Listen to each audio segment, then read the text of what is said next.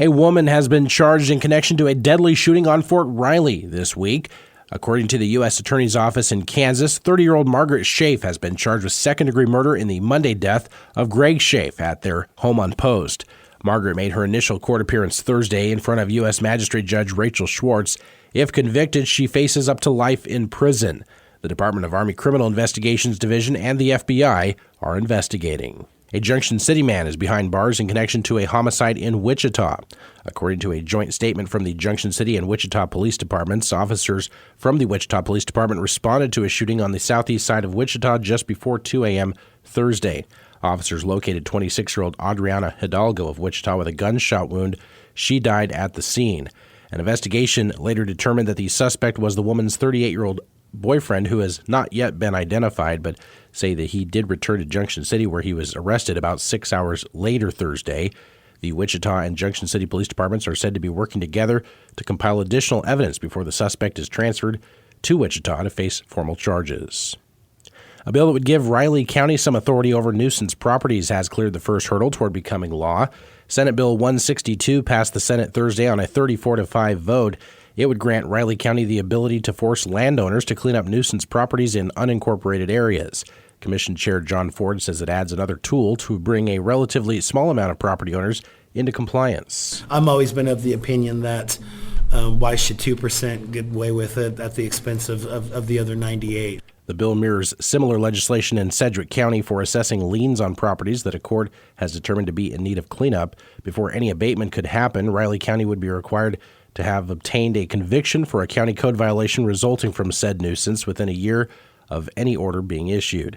Ford says the bill would be a win for neighboring property owners. In a couple of these in particular, it's not just the property owner itself, but it's adjacent property owners. And we have to take their ideas and rights in perspective when dealing with that too, and that's what this came about. The bill now moves on to the House, where it faces likely passage with little to no changes. If that does occur, it would become law on or before July 1st. Kansas 1st District Congressman Tracy Mann was in Leonardville Thursday, part of his 60-county listening tour with constituents. The congressman spoke about several topics, including national security. He says he believes Congress should be sending more economic aid to support Israel. But I just think we've got to support Israel during this time. It's a bad situation for everybody, to be clear, but there's no doubt in my mind if October 7th would not have happened, we wouldn't be in the situation that we're in right now. October 7th is to them what September 11th is to us, or that's the only way you can kind of think about it. Congressman Mann says he doesn't think Homeland Security nor the executive branch are doing enough to stop the flow of migrants coming over the southern border. I voted to impeach Mayorkas last week. I mean, why he's not enforcing these laws, and we got to continue to put pressure on the president. I mean, at the end of the day, if he could do so much more than he's been willing to do. Mann was also in Clay Center, Onega, and Marysville yesterday as part of the listening tour. The Manhattan Public Library is hosting its annual book sale this weekend.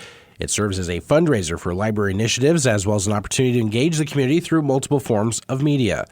Bree Braun from the Library Community Engagement Department says the funds raised will support the Manhattan Library Association. Those funds from those sales go towards those bigger events. We also have our summer reading programs as well as individual events that we have for our MLA members throughout the year. We also have funds that go towards our volunteer opportunities as well. MLA members get first dibs tonight as the sale gets underway. It'll be open to the public both Saturday and Sunday. The Flint Hills Area Builders Association is hosting its 47th annual Flint Hills Home Show this weekend. The show includes a private first day for local businesses and business leaders. That starts tonight, then opens to the public for Saturday and Sunday. Executive Officer Brad Hartenstein. We invite our local businesses and chamber members from Wamego, Junction City, and as well as Manhattan to come to that preview party, and the exhibitors that will be there as well. He says the event provides a number of home building and improvement options for the public. We'll have landscape providers, we'll have emergency shelter providers, insurance companies, and home builders and renovation specialists there to talk to you and put this all under one roof. There's over 90 different vendors all there under one roof that day. The Flint Hills Home Show takes place at the National Guard Armory on Levy Drive. A temporary street closure is in place near the Kansas State University campus. The City of Manhattan says Old Claflin Road, just west of North Manhattan Avenue, will be closed to vehicular and pedestrian traffic through mid-March as a new crosswalk and traffic signal get installed. It's impacting access to the northeast portion of campus, part of the city's North Manhattan Avenue pedestrian safety project. Elsewhere in the city, improvements will begin Monday on Houston Street between 3rd and 4th Street, as road surface will be reconstructed and the city will do storm sewer and sidewalk replacement in addition to adding new lighting. City officials say a temporary walkway may be put into place to allow for north-south pedestrian traffic. That project will continue through the summer.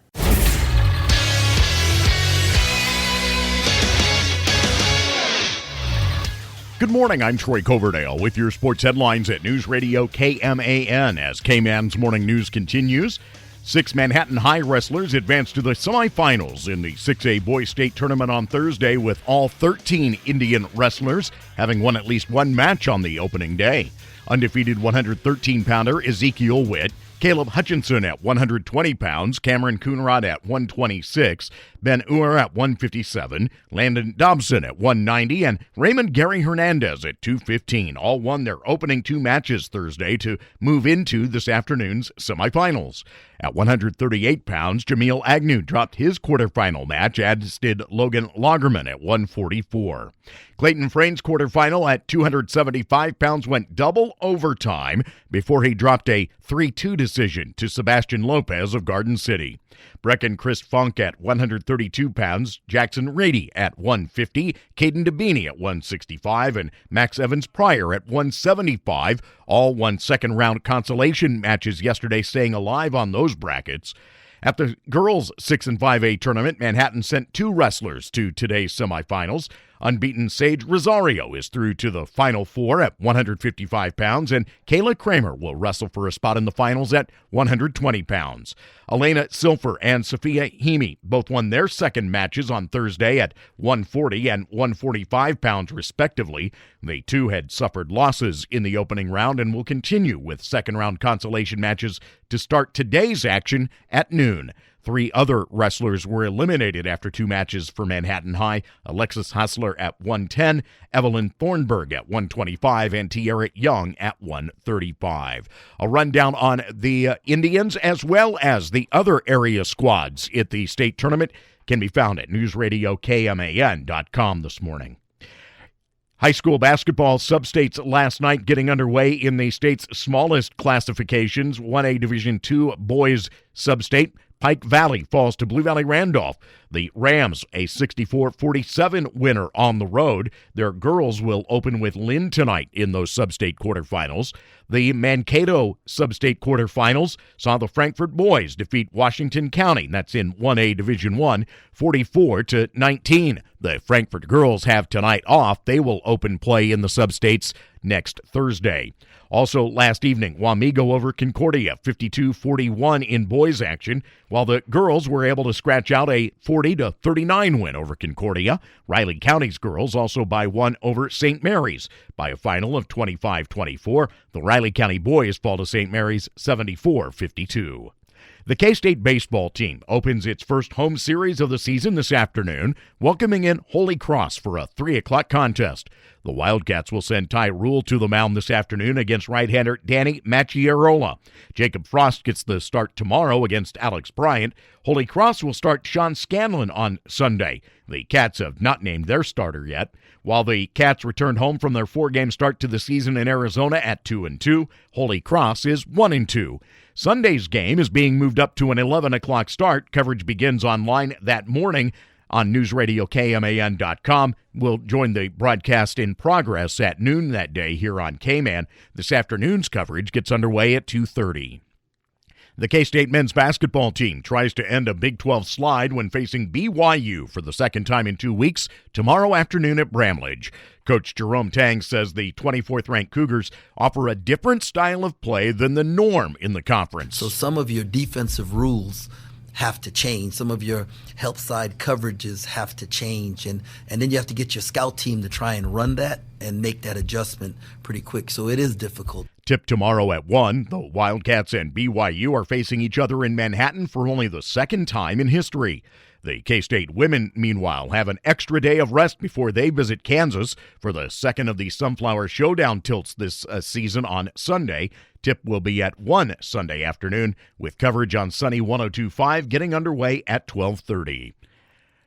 State wrestling reports continue through the course of the day today. We pick them back up at noon as the 6A tournament continues at Park City for the Manhattan boys, 6A 5A girls there as well. The other wrestling tournaments taking place in Salina will continue with the updates throughout the day.